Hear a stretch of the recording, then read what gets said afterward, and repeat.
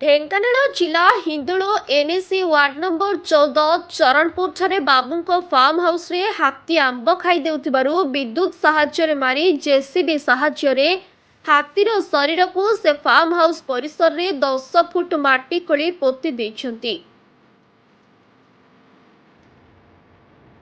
ବିଦାୟ ସମ୍ବର୍ଦ୍ଧନା ଆଜି କମିଶନରେଟ୍ ପୁଲିସ ପକ୍ଷରୁ ପରିବାର ପକ୍ଷରୁ 25 ଜଣ ଅବସରପ୍ରାପ୍ତ ପୁଲିସ କର୍ମୀଙ୍କୁ ବିଦାୟକାଳୀନ ସମ୍ବର୍ଦ୍ଧନା ଦିଆଯାଇଛି। ଅତ୍ୟମ ଉତ୍ସାହ ଏବଂ ଦୃଢ଼ ନିଷ୍ଠା ସହିତ ଜନସାଧାରଣଙ୍କର ସୁରକ୍ଷା ପାଇଁ ଆପଣମାନଙ୍କର ଅବଦାନ ପ୍ରଶଂସନୀୟ। ଆପଣଙ୍କର ଅବସର ଜୀବନ ନିରୋଗ ସ୍ୱାସ୍ଥ୍ୟମୟ ଏବଂ ଶାନ୍ତିପୂର୍ଣ୍ଣ ହେଉ। ଜୀବନରେ ଦ୍ୱିତୀୟ ପାଳି ଆପଣଙ୍କ ପାଇଁ ଢେର ସାରା ଖୁସି ଓ ସମୃଦ୍ଧି ନେଇ ଆସୁ।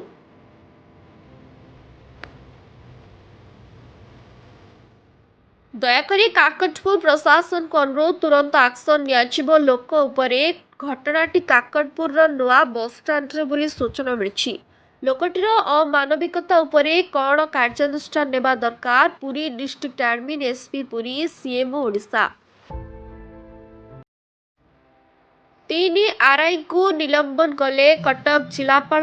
କର୍ତ୍ତବ୍ୟର ଅବହେଳା ଅଭିଯୋଗରେ ନିଲମ୍ବିତ ତହସିଲଦାରଙ୍କ ନିର୍ଦ୍ଦେଶକୁ ଅମାନ୍ୟ କରିଥିବା ଅଭିଯୋଗ ହୋଇଛି। ଛାୟା ପରିଡ଼ା, ଷଣ୍ଢପୁର ବାଙ୍କୋଇ କୁଜଙ୍ଗ ଅମର ରହେ।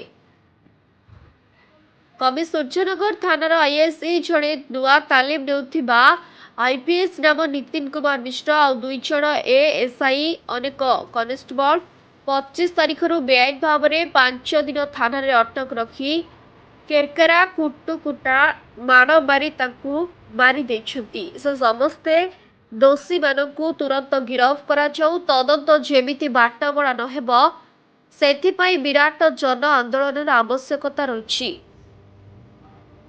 ନା ସରକାର ଚୁପ୍ ରହିବେ, ଦେଖିବାକୁ ବାକି ରହିଲା। ବ୍ୟୁରୋ ରିପୋର୍ଟ, ଓଡ଼ିଶା ପତ୍ରକାର ନ୍ୟୁଜ।